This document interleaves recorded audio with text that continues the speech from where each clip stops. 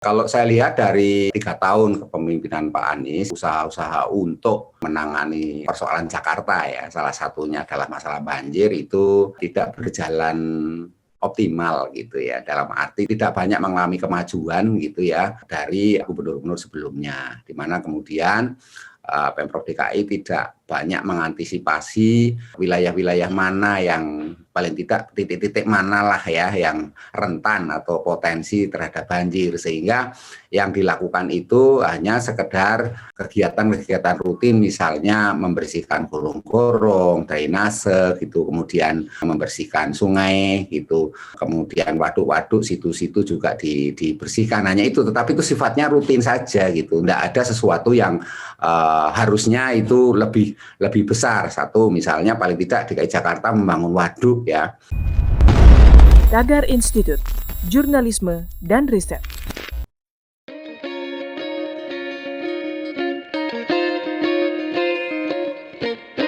Halo Tagarians, para penonton Tagar TV dan juga pembaca Tagar ID, ketemu lagi sama saya, Kori Olivia. Hari ini kita mau bahas tentang banjir di Jakarta, yang foto dan videonya memenuhi media sosial selama seminggu terakhir sampai 20 Februari kemarin. Bahkan ada video mobil-mobil terjebak di jalanan sekitar Mampang karena banjirnya sudah sangat tinggi. Lalu ada juga foto artis Niki Tirta lagi ngopi di depan kolam renangnya yang sudah terendam banjir di rumahnya di daerah Kemang, Jakarta Selatan. Nah, menurut Gubernur DKI Jakarta Anies Baswedan, penyebab banjir di Jakarta ini adalah air kiriman dari hulu dan volumenya terbilang cukup tinggi. Saya pribadi nggak tahu persis upaya apa saja yang sudah dilakukan oleh Pemprov DKI, tapi yang pasti kita semua tidak ada yang mau mengalami kebanjiran begini ya. Nah, kira-kira apa sih upaya yang harus dilakukan supaya Jakarta nggak kebanjiran lagi?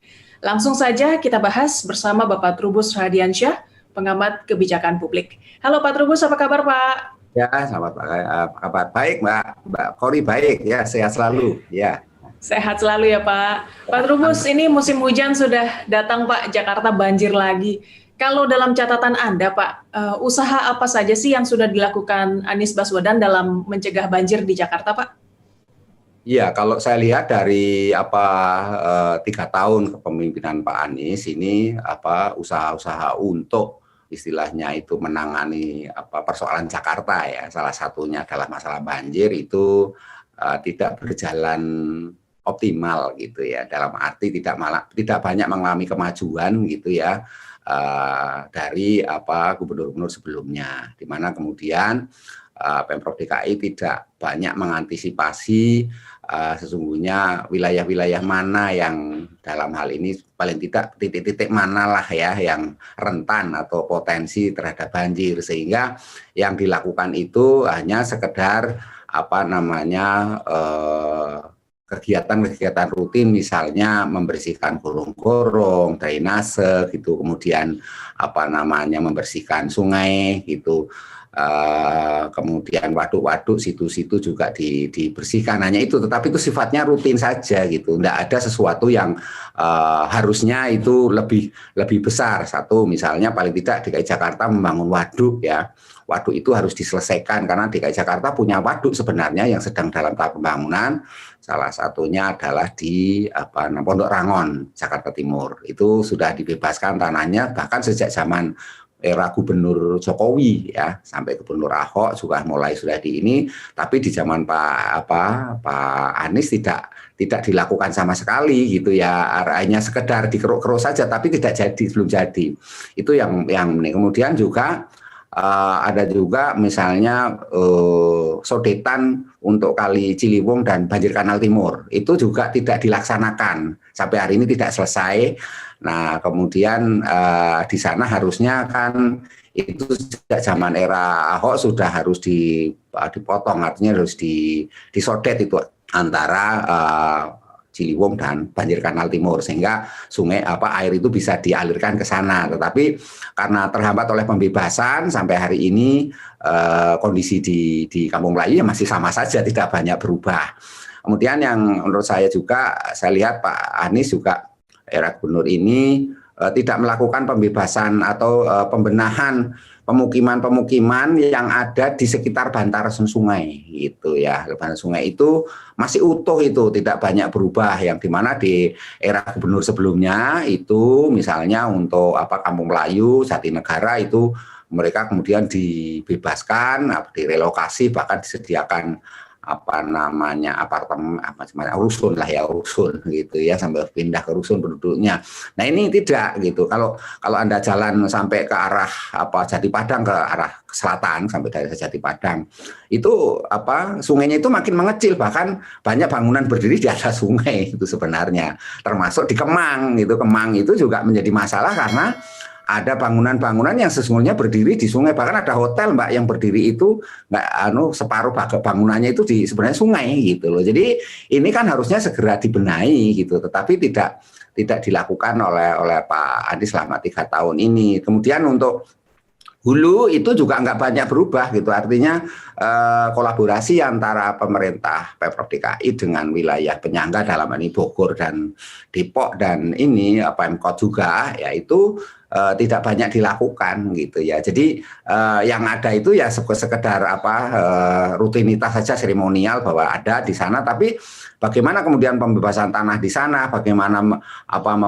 membuat penampungan air di Bogor misalnya, membuat ini nggak banyak dilakukan Mbak. Jadi sampai sekarang ya kondisinya masih seperti itu, artinya yang muncul kemudian justru setiap kali banjir yang ada adalah saling menyalahkan, saling ini gitu ya, menyalahkan air datangnya dari mana, yang ini gitu. Jadi selalu menurut saya itu diskusi berdebatan klasik, argumentasi klasik yang hampir setiap tahun jawaban seperti ungkapan ekspresinya seperti itu, dan itu tidak menyelesaikan masalah juga pada akhirnya.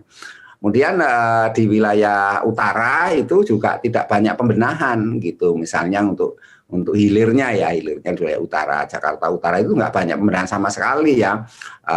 Bahkan itu kalau tanahnya rob pun banjir rob juga sering terjadi itu ya kan, karena tanggul yang dibangun itu juga nggak banyak memberikan manfaat langsung ya, dalam arti tidak diselesaikan secara baik, apalagi kemudian belakangan Pemprov DKI juga mengeluarkan kebijakan untuk istilahnya reklamasi wilayah Ancol dan sebagainya. Itu kan menjadikan nggak ada pembuangan air kemana gitu ya. Sungai-sungai yang ada itu cuma dikeruk dalam kapasitas tidak sesuai dengan ini gitu.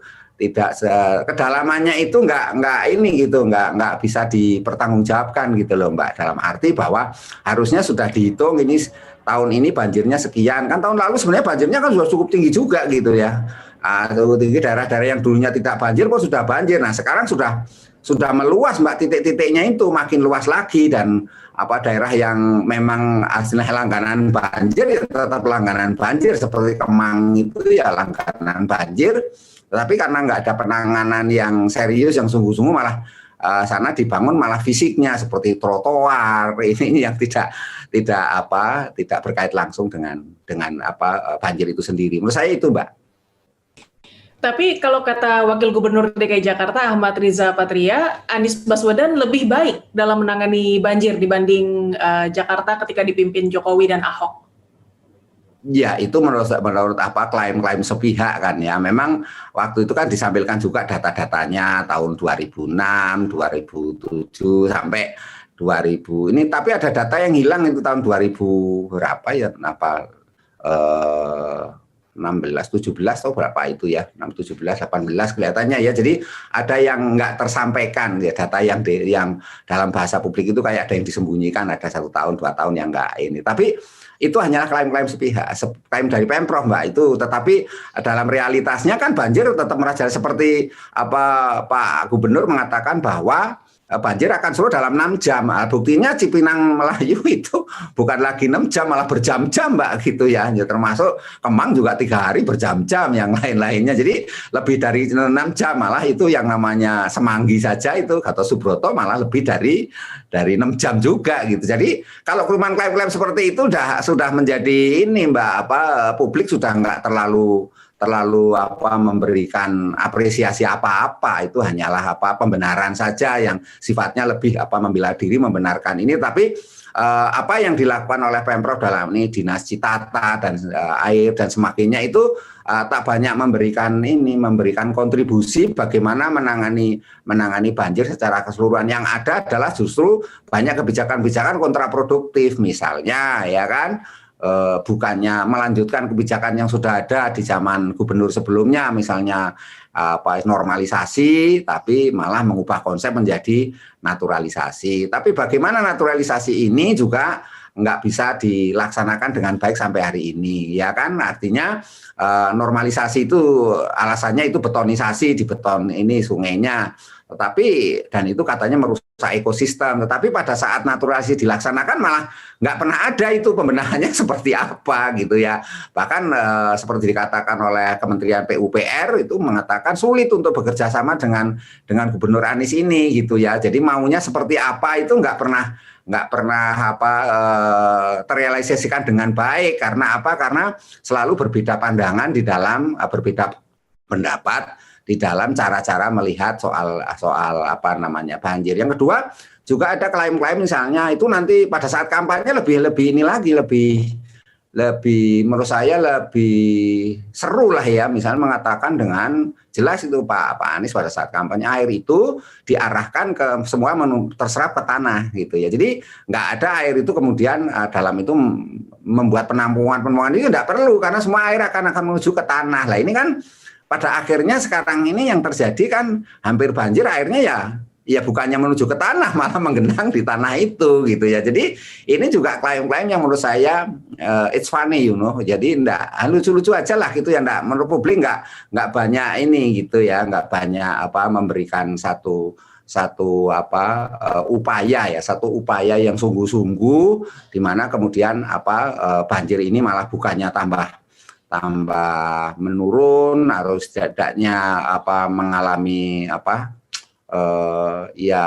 pengurangan lah titik-titik atau wilayah-wilayah mengalami banjir. Harusnya idealnya kan begitu, tapi ya justru sekarang kan bertambah artinya wilayah-wilayah yang dulu tidak banjir ya makin banjir gitu ya, makin tidak terelakkan lagi. Bahkan Anda bayangkan aja yang namanya tol saja sekarang sudah dalam Mampang itu kondisinya sudah air itu seperti lautan kan. Karena apa? Karena air tidak terserap ke air bukan air tidak terserap ke tanah itu kan, jadi akhirnya menggenang di situ. Nah ini kan ini semua memang ada tanggung jawab jalan tol ya, jalan BPJT jalan tol itu atau yang mengurus jalan tol, lembaga yang mengurus atau dinas yang mengurus jalan tol. Tetapi di situ sebenarnya juga tanggung jawab Pemprov DKI ya, karena memang itu ada di wilayah DKI Jakarta ya misalnya kalau yang tadi sebutkan di daerah Mampang misalnya gitu. Tapi daerah-daerah yang lain yang Mampang di perumahan-perumahan L itu hampir semuanya kena banjir semua kan itu. Jadi artinya kan kita bicaranya konteksnya jadi seluruh wilayah Mampang, Mbak. Jadi mengalami apa yang disebut banjir kan, yang dulunya dulunya dianggap tidak banjir. Nah, ini kan berarti ada perubahan-perubahan yang begitu dahsyat ya, di mana kemudian tanah ini mengalami penurunan yang begitu drastis, sehingga banjir ini bukan lagi air itu datang itu bukan lagi bisa dikendalikan dengan baik, malah justru menjadi horor bagi masyarakat. Karena karena masyarakat menjadi takut ya, cemas, was-was ini dalam beberapa hari ini sampai minggu depan, apalagi prediksi BMKG kan juga akan memprediksi masih terjadi hujan lagi yang lebih deras lagi disertai petir, karena kita sekarang ini memasuki iklim La Nina gitu. Musim La Nina itu kan cirinya hujannya deras disertai angin yang kencang dan ada petir juga di situ. Nah, ini harusnya kan sudah diantisipasi ya. Nah, kemudian yang lebih buruk lagi kita kawan persoalan di ini, Mbak, pengungsinya begitu banyak, apalagi sekarang ini dihadapkan ada persoalan bencana COVID itu.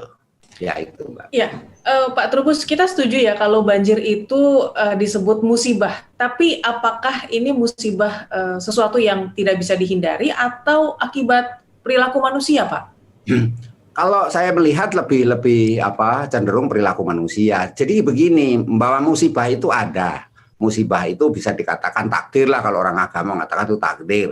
Tapi sebab-sebab daripada musibah itu sebenarnya urusan kita, urusan manusia. Manusia bisa memprediksi perilaku masyarakat lah, perilaku kita semua yang sebenarnya menjadi sumber malapetaka adanya banjir. Misalnya ya kan selama ini taruhlah mengenai pembuangan sampah. DKI Jakarta tidak pernah ada tempat untuk membuang sampah ya.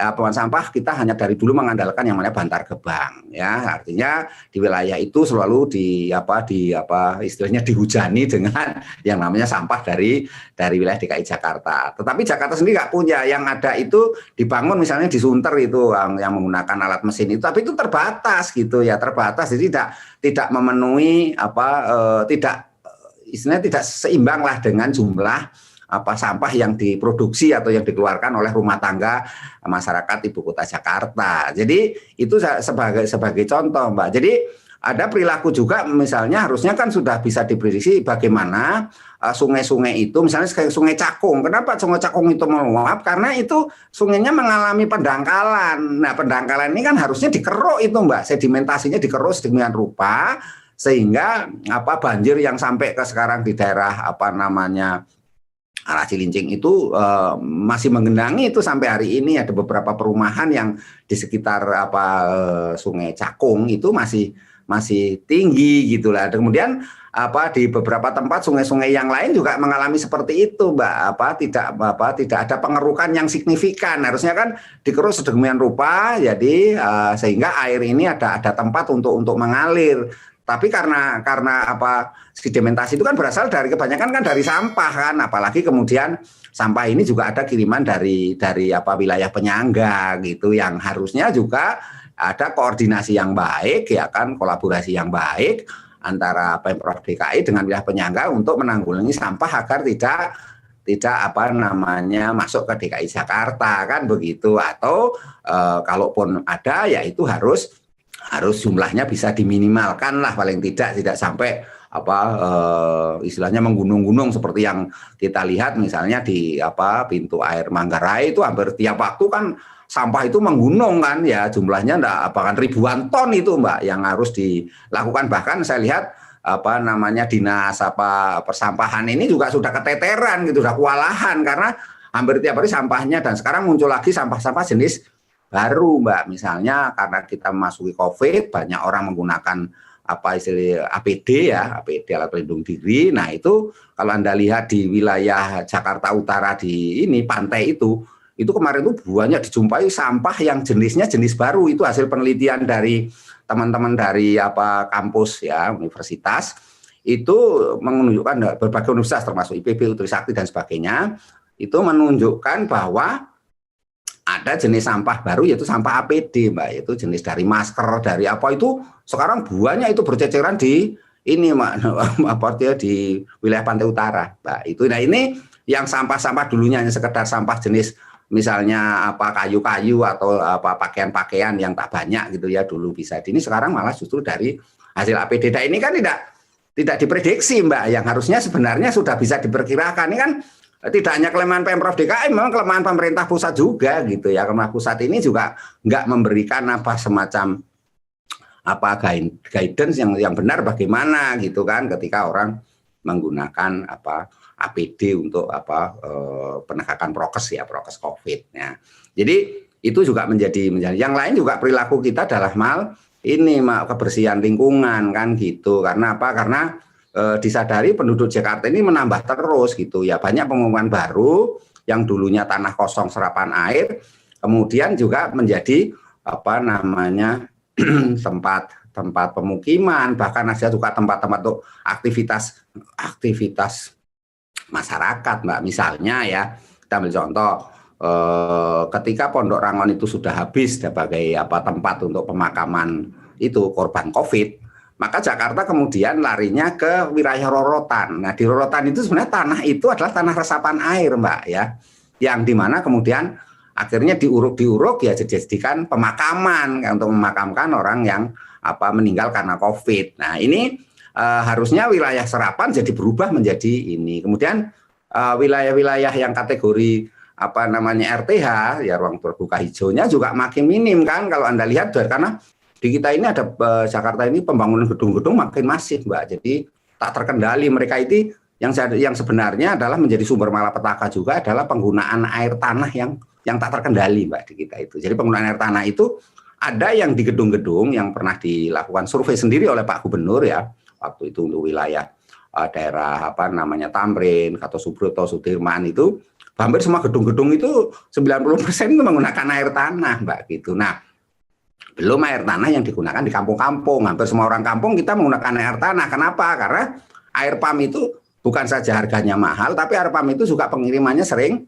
nggak tepat waktu gitu ya. Sering masyarakat juga mengeluh banyak sekali mengenai layanan pump itu ya. Belum lagi yang airnya bau lah, airnya yang macam-macam lah dengan segala persepsi publik yang berkembang gitu, Mbak. Gitu, Mbak. Ya, Pak Trubus tadi ada sempat menyinggung soal pusat ya, soal sampah APD. Jadi kalau menurut Pak Trubus, Jakarta banjir ini adalah salahnya gubernur atau salahnya presiden, Pak? Ya, kalau dari sisi kebijakan tentu ini dua-duanya, Mbak. Dua-duanya artinya bisa pemerintah pusat dan pemerintah. Tetapi gini, ada banyak di publik itu berkembang isu misalnya pada saat Pak Jokowi itu ya sekarang jadi presiden mengatakan waktu jadi gubernur DKI penanganan banjir di Jakarta akan lebih mudah ya kan kalau beliaunya jadi presiden. Nah, tetapi ketika jadi presiden kan ya sampai sekarang banjirnya bukannya menurun juga itu kan seringkali di publik menjadi semacam joke gitu ya, selucon-lucon. Nah, kemudian juga pernyataan saya katakan tadi banjir akan hilang dengan sendirinya karena semua air akan terserap dengan tanah, apalagi kemudian dibangunlah sumur-sumur resapan yang begitu banyak. Nah, ternyata air tetap aja merajalela makin banyak. Artinya kan gitu. Kemudian juga banyak menurut saya memang kebijakan pemerintah pusat dan daerah ini antara Pemprov DKI dan pusat ini memang sering ego sektoral, Mbak. Jadi itu ego sektoral, masing-masing akan benar sendiri. Kesalahan tentu dari pemerintah pusat juga salah. Kementerian PUPR sudah tahu tahun lalu itu banjir, bahkan banjir itu sampai mengenangi istana ya kan. Harusnya kan sudah harus diantisipasi ini istana saja banjir. Ya kan Tamrin Patung Kuda sampai yang namanya Tamrin itu banjir ya. Lah kenapa kemudian tidak dilakukan upaya-upaya yang sungguh-sungguh misalnya ya kan membuat waduk atau mengeruk sungai-sungai di sekitar Senen misalnya gitu kan ya, atau di sekitar Pasar Baru itu kan ada sungai yang harusnya itu dibikin lebih dalam lagi kan gitu, diperbarui kan tetap nggak banyak berubah, Mbak. Sampai ke Anda ke Cideng itu ya Sungai Cideng ya begitu-begitu aja, nggak ada penambahan atau pengurangan bagaimana. Artinya ya kalau gini air datang ya otomatis ya nggak ada penampungan yang ada tempatnya ya air akhirnya meluap kemana-mana gitu. Jadi pemerintah pusat salah, pemerintah daerah juga salah. Karena apa? Karena pemerintah pusat kemudian dengan mudahnya selalu mengatakan karena Pak Gubernur ini tidak mau diajak koordinasi, diajak kerjasama, sulit dalam ini. Itu keluhan dari pemerintah pusat. Pemerintah daerah selalu mengatakan pemerintah pusat juga nggak pernah memberikan arahan yang harus bagaimana ya kan mengenai penyelesaian sodetan Kali Ciliwung selalu dibebankan pemerintah daerah tapi Pemprov DKI, tapi kemudian harusnya kan Gubernur dalam ini pemerintah pusat kan juga harus istilahnya cawe-cawe harus intervensi juga gitu ya, membantu bagaimana. Jadi selalu yang berputar-putar itu publik disajikan oleh pernyataan-pernyataan dari pemerintah pusat ya, dalam ini Menteri PUPR misalnya dan Pemprov DKI diwakili oleh gubernur atau wakil gubernur ya kan, itu selalu menyajikan kegalauan yang menunjukkan sebenarnya kedua-duanya nggak punya kapasitas gitu, nggak punya kemampuan untuk menanggulangi banjir yang seharusnya bisa. Kenapa? Karena anggaran penanganan banjir dari tahun ke tahun itu meningkatnya signifikan, Mbak, signifikan ya. Pemprov DKI itu menganggarkan banjir itu betul-betul kenaikannya betul-betul inilah ya signifikan dan sangat tinggi lah menurut saya. Nah, harusnya itu dengan anggaran yang ada ya dan dengan pemerintah pusat juga memberikan bantuan anggaran yang cukup juga. Menurut saya itu semuanya dalam waktu 1 tahun 2 tahun itu paling tidak sudah ada penanganan banjir yang yang baik gitu ya, di mana tidak lagi walaupun ada banjir itu banjirnya itu bisa terkendali, tidak seperti sekarang ini korbannya jadi ada orang ngopi di atas mobil, kemudian ada mobil yang jungkir balik ya, ada mobil yang nggak karu-karuan numpuk-numpuk seperti ini kan, seperti sampah. Lah ini kan belum lagi masuk sekarang ke hotel-hotel di mana tempat-tempat wisata misalnya kayak Kemang itu kan tempat wisata, Mbak. Jadi misalnya kan itu harusnya kan bagaimana itu diisolasi dari air ya, supaya tidaknya ada direkayasa sedemikian rupa. Manusia kan kita bisa kan merekayasa dengan teknologi yang ada kan ada, Mbak. Kan teknologi itu memungkinkan dan anggaran kita ada, teknologi ada, SDM-nya juga ada. Tinggal bagaimana politik will, Mbak. Kemauan sebenarnya untuk membuat daerah-daerah itu supaya tidak banjir gitu ya. Ini yang selalu dihadapkan yaitu ego sektoral, kemudian ketidaksinkronan antara kebijakan pemerintah pusat dan daerah, ketidakharmonisan antara kedua pimpinan baik pusat maupun daerah, kemudian kolaborasi yang tidak berjalan dengan baik, bahkan yang muncul adalah selalu kompetisi ya kan, dan yang terakhir itu selalu disajikan bahwa banjir itu selalu menjadi sebenarnya modal politik ya, dipolitisasi sedemikian rupa untuk kepentingan-kepentingan yang lebih jauh dalam arti menjatuhkan salah satu pihak dengan pihak yang lain. Nah, belakangan semua orang berkomentar, Pak, dari mulai partai politik semua ini, dan itu semua kalau diperas itu, kalau saya sebagai seorang pengamat publik yang udah independen ya, karena saya dari akademisi kan ya, itu saya lihat semuanya ranahnya arah politik semua, diarahkan ke 2024 semua kan, untuk menjatuhkan saling ini, bukan menangani banjirnya bagaimana. Kan ini kan nggak ada langkah bagaimana, yang ada ya cuman ini ada tim oranye. Kan harusnya tim oranye itu diperbanyak, Mbak, harusnya.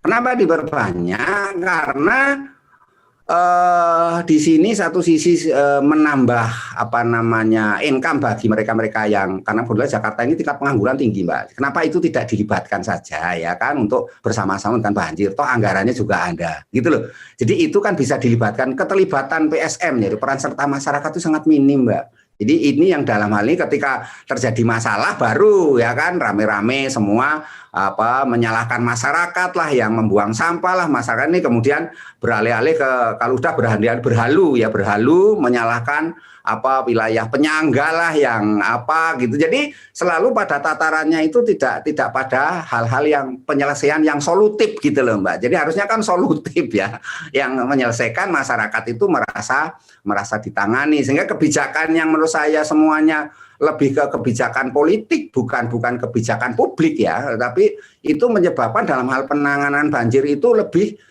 ke persoalan kepentingan ya, lebih kepentingan ke politik, Mbak. Jadi kepentingan sosial dan ekonominya itu dibungkus dengan kepentingan politik itu gitu ya. Jadi pada akhirnya banjirnya nggak tertangani, karena kalau kita lihat mengatakan oh ini saya ditangani dengan baik begini ya, selalu mengatakan seperti itu, tapi dari tahun ke tahun bukannya menurun, Mbak, wilayahnya makin banyak. Berarti kalau makin banyak kan yang jelas penanganannya jadi bagaimana, anggaran sebesar itu dalam setiap tahunnya itu terus kemana anggaran itu, kan publik kan mempertanyakan. Nah, setiap gugatan yang dilakukan oleh publik itu kan berkali-kali, tahun lalu juga ada gugatan dari publik, selalu mentah di tengah jalan. Karena apa? Karena kemudian proses peradilan sendiri tidak berjalan sebagaimana yang diharapkan. Ada kesulitan-kesulitan, kendala-kendala, entah itu kendala di dalam persyaratannya, kendala di dalam bukti pembuktiannya, kendala dalam kesaksiannya dan sebagainya, ganti ruginya segala itu. Kemudian akhirnya tidak pernah ada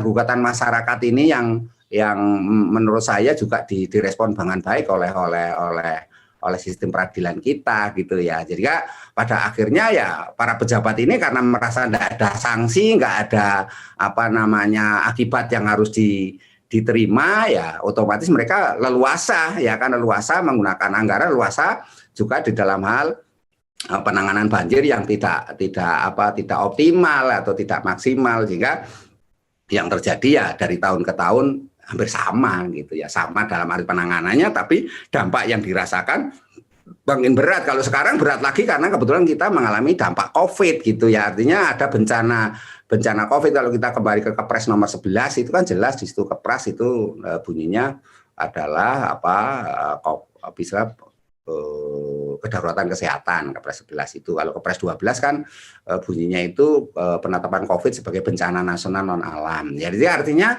di situ kita dihadapkan oleh dua bencana. Banjir sebagai musibah yang katakan Mbak tadi itu ya sama dengan itu kan musibah dengan wabah, dengan pandemi, dengan istilahnya situasi extraordinary gitu ya. Itu kan sama Mbak. Ya, artinya apa? Makna yang kita jumpai sekarang ini situasi masyarakat yang berat adalah masyarakat sekarang Mbak. Karena apa? Menghadapi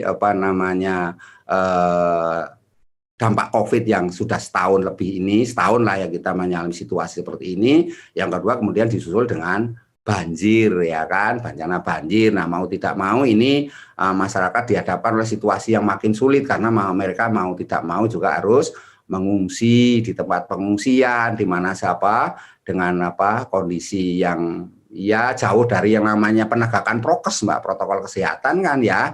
Di satu sisi kemudian juga ketakutan terhadap penularan COVID yang begitu dahsyat ya. Nah DKI Jakarta ini kan merupakan epicentrum kebetulan ya, epicentrum daripada penularan COVID itu sendiri. Saya itu Pak. Ya, tapi kalau kita lihat sejarahnya memang Jakarta sudah banjir dari zaman dulu banget ya Pak ya, dari zaman kerajaan. Ya. Nah, sepertinya memang sesuatu yang mustahil ya kalau Jakarta bisa bebas dari banjir ya Pak? Kalau dikatakan mustahil juga enggak Mbak, karena kan kalau nanti mengatakan itu mission impossible itu untuk menangani banjir dengan baik Jakarta, saya kira bisa Mbak, semua kan bisa dilakukan dengan baik, yaitu kita membuat kalau dalam kebijakan itu melakukan perencanaan yang baik Pak, dengan program-program yang memang betul-betul diawasi secara ketat dan outputnya betul-betul terukur gitu ya. Bisa Mbak, kan di banyak negara yang menangani banjir misalnya kayak Singapura, wilayahnya juga tanah reklamasi ya kan. Tapi di sana juga banjirnya juga ada, cuman kan nggak sedahsyat seperti DKI Jakarta ya, ibu kota negara. Kalau kita melihat berita-berita yang disajikan oleh media asing di mana penanganan banjir di Indonesia dibandingkan dengan negara-negara lain kan memang Jakarta ini lebih cenderung memang tidak mengalami banyak perubahan Mbak dalam hal penanganan banjir. Dan kembali lagi tadi kan banjir itu lebih banyak menjadikan modal politik, istilahnya menjadi sesuatu yang dipolitisasi. Kalau dari tahun ke tahun itu ada memang Jakarta itu zaman dulu banjir, memang Jakarta ini kan wilayahnya memang wilayah rendah Mak, dekat dengan pantai ya kan. Itu ya kemudian juga di satu sisi penduduknya makin padat gitu ya, makin padat sehingga banyak bangunan-bangunan gedung yang bangunan-bangunan yang kemudian juga makin masif gitu ya, pembangunan makin masif ya, semuanya akhirnya ya tanah ini mengalami penurunan. Kan penurunan itu hampir rata-rata kan 7 cm, ada 12 cm, ada 20 cm di beberapa daerah. Jadi kalau misalnya kita mengatakan itu sejak zaman dulu memang banjir, tapi kan harusnya banjir itu bisa dikendalikan dong, ya kan? Dengan cara apa? Ya tentu misalnya pembangunan gedung-gedung itu ya harus dipersyaratkan secara ketat, waktu IMB-nya itu berdiri harus ketat, ya kan? Yang kedua itu tentu dibangunlah drainase yang sudah besar, kan bisa dibikin gorong-gorong yang besar sekali kan bisa dengan anggaran yang ada ya, seperti nyontek negara-negara lain kan. Jadi kalau kita belajar dari Belanda dulu ya kan, artinya Belanda itu kan negara yang memang mampu memanage mengenai banjir ya, air gitu ya. Itu kenapa kita tidak belajar dari sana ya, setidaknya belajar secara konkret. Kalau belajar sih ya sampai sekarang mereka sudah banyak belajar Mbak, tapi nggak pernah dikonkret ya, itu misalnya gitu. Yang lainnya menurut saya ya penduduk-penduduk yang ada di pemukiman yang tinggal di bantaran sungai itu harus semua direlokasi itu ya. Jadi dibebaskan semua. Jadi sungai itu kanan kirinya harusnya jalan dan taman, Mbak. Jadi itu nggak ada lagi pemukiman duduk di situ ya. Jadi ini yang harus ada keberanian lah, ada political will, kemauan yang kuat untuk membuat Jakarta tidak banjir. Memang semuanya ujungnya pada mana? Pada pemerintah, kepada kepemimpinan, pemimpin. Karena pemerintah dan pemimpin inilah yang punya anggaran, Mbak, punya sumber daya, punya infrastruktur kan, yang harusnya tinggal bagaimana merencanakan secara baik banjir itu bisa ditangani. Jadi kita kalau mengatakan sejak zaman dulu kita udah banjir, sama aja kalau kita mengatakan yang namanya COVID tidak hanya di Indonesia saja, di negara lain juga mengalami COVID. Tapi kan persoalannya bukan itu, persoalannya bagaimana kita menangani COVID di negeri kita secara baik kan, sesuai dengan ini gitu ya. Sama aja banjir Jakarta harus ditangani dari waktu-waktu. Kenapa kita dengan teknologi yang ada, dengan sumber daya alam yang ada, sumber daya manusia yang ada, dengan anggaran yang begitu besar, kenapa tidak bisa? Ya kalau secara logika nalar kebijakan saya mengatakan bisa, mengapa tidak bisa? Karena semuanya ada, tinggal ada kemauan atau tidak untuk membuat, paling tidak kalaupun banjir juga enggak sampai merajalela seperti ini ya. Jadi ini kan termasuk penduduk ini juga bisa dibatasi kan, Jakarta kan bisa dibatasi penduduknya itu ya kan.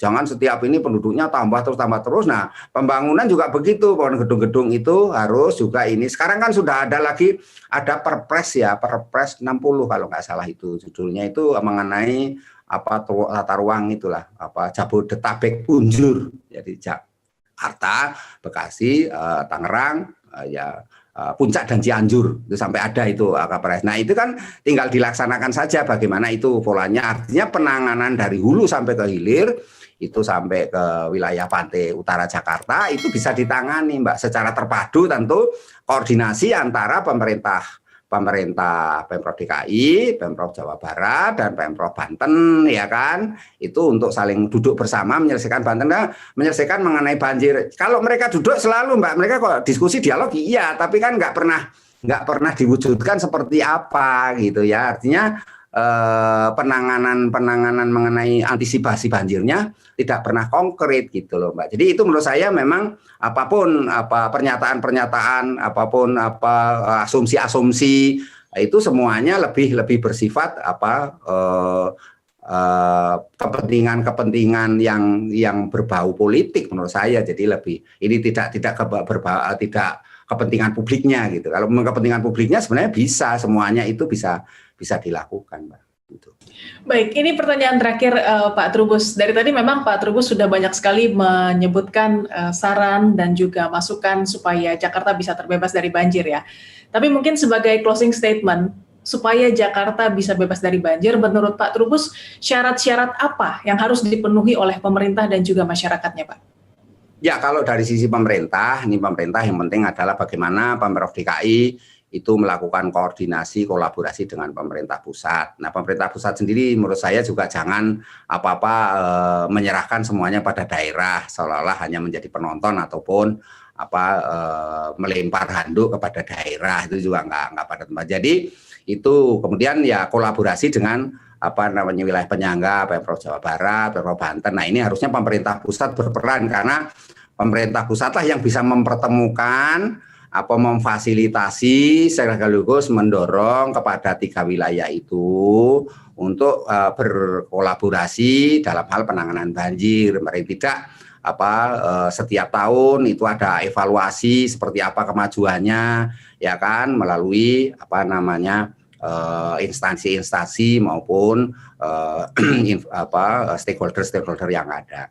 Jadi menurut saya ini memang pembenahan dari hulu ke hilirnya dalam hal soal kebijakan juga supaya sama. Jadi kebijakannya itu harus satu pintu, Mbak. Jadi satu pintu semuanya dikendalikan, dan pemerintah pusat sebagai istilahnya itu induknya ya, dia harus bisa mengkoordinasikan 3 wilayah itu secara baik gitu. Itu menurut saya. Yang kedua ya, kalau dari sisi masyarakat karena sekarang ini kesadaran masyarakat kita itu memang soal membuang sampah, kesadaran tentang lingkungan itu sebagian juga masih rendah. Nah, karena itu menurut saya kampung-kampung yang sudah yang dalam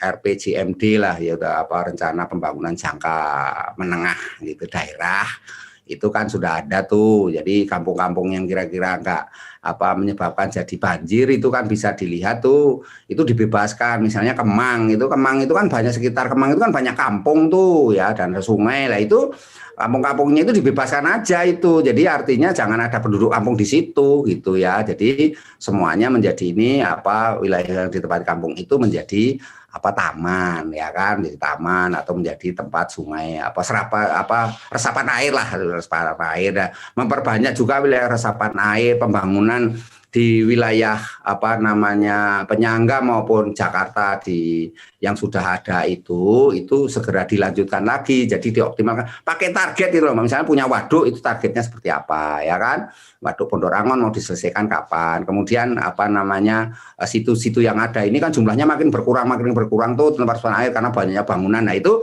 harusnya bangunan-bangunan yang seperti itu diminta untuk dibebaskan gitu. Artinya bangunan itu dan tidak boleh lagi untuk membangun di wilayah yang kategori jalur hijau, kategori resapan air, itu harusnya nggak boleh Mbak. Itu syaratnya seperti itu. Jadi kalau yang sudah terlanjur mereka diminta untuk berpindah gitu, direlokasi lah, kita relokasi. Jadi tidak hanya kampung Mbak, tapi juga gedung-gedung, rusun-rusun yang dibangun itu yang ada di daerah resapan air lah itu. Dan yang dikaya memang resapan airnya harus diperbanyak Mbak. Resapan airnya harus diperbanyak ini karena masalahnya air itu kan sumbernya kan selalu mengalir di daerah yang rendah kan. Nah, daerahnya rendahnya makin banyak ya otomatis airnya nampung di situ kan. Tidak ada jalan untuk keluar kemana air itu harus dialirkan. Nah ini kan juga harus betul-betul ini. Yang terakhir menurut saya memang ini Pemprov DKI harus tegas ya dalam law enforcement kepada mereka-mereka yang melakukan pelanggaran, Mbak. Jadi banyak sekali pelanggaran mengenai IMB, pelanggaran mengenai pembangunan yang sifatnya masif oleh swasta gitu ya. Itu juga harus berani tegas. Kemudian juga kepada masyarakat ya. Banyak penduduk kita, masyarakat kita itu membangun seenaknya saja di pinggiran sungai, di ini tuh semuanya harus direlokasi semua. Kemudian tidak ada lagi yang namanya pemukiman di bantaran sungai itu tidak ada, Mbak. Jadi Pemprov DKI harus menyediakan tempat, ya kan sudah dirintis itu di era gubernur sebelumnya, tinggal dilanjutkan saja kan gitu. Jadi jangan karena kepentingan kampanye bahwa saya tidak akan melakukan penggusuran, akhirnya terus didiamkan terus, nggak ada penggusuran, nggak ada ini ya itu kan jadi akhirnya orang-orang masyarakat yang tinggalnya di bantaran sungai, masyarakat yang tinggal di resapan air itu akhirnya jadi merajalela, makin hari makin banyak lah, ini otomatis sudah nggak terkendali lagi. Jadi memang yang terakhir menurut saya memang political will ya. Jadi kemauan politik untuk membuat Jakarta tidak banjir itu memang dibutuhkan kali ini. Dan karena ini harus situasinya harus bebas semua Mbak, bebas dalam arti beban. Jadi gubernur ini pemimpin kita itu tidak berpikirkan nanti takut nggak terpilih kembali, jangan nanti takut kemudian tidak memperoleh panggung pencitraan yang baik. Jadi itu yang kayak gitu-gitu itu harus ego sektoralnya harus dibuang semua Mbak itu. Ya jadi itu semuanya harus kepentingan publik. Jadi harus berani pemimpin yang memang berani untuk mengeksekusi ya tanpa berpikir suatu saat nanti nggak terpilih kembali atau terpikir ini. Jadi atau suatu saat nanti tidak ada tempat atau setelah saya nggak jadi menjabat nanti saya mau menjabat apa. Karena kan orang itu selalu di kita ini arahnya arah jabatan politik sih Mbak. Jadi setelah jadi gubernur misalnya terus bercita-cita nggak jadi gubernur nanti mesti jadi dubes atau apa lah, itu kan jadi orang masih ini kalau nggak kaitannya dengan politik ya ingin supaya partai politiknya tetap eksis ya kan, tetap dipercaya publik lah, biasanya kemudian kemasannya lebih kemasan ke mengorbankan kepentingan politik lah. Ini kan juga kepentingan publik lah, bukan kepentingan politik, jangan mengutamakan kepentingan politiknya. Jadi ini menurut saya memang political will itu menjadi kunci semuanya ini Mbak. Saya kira itu Mbak. Baik, Pak Trubus, terima kasih Pak untuk waktunya. Sehat dan sukses selalu Pak Trubus. Ya, sama-sama. Yuk, mari Mbak. Tagarians, demikian perbincangan saya bersama pengamat kebijakan publik Bapak Trubus Rahadiansyah. Subscribe YouTube channel Tagar TV dan klik loncengnya juga untuk mengikuti video menarik membahas topik terhangat hanya untuk Anda. Saya Cory Olivia, Tagar TV.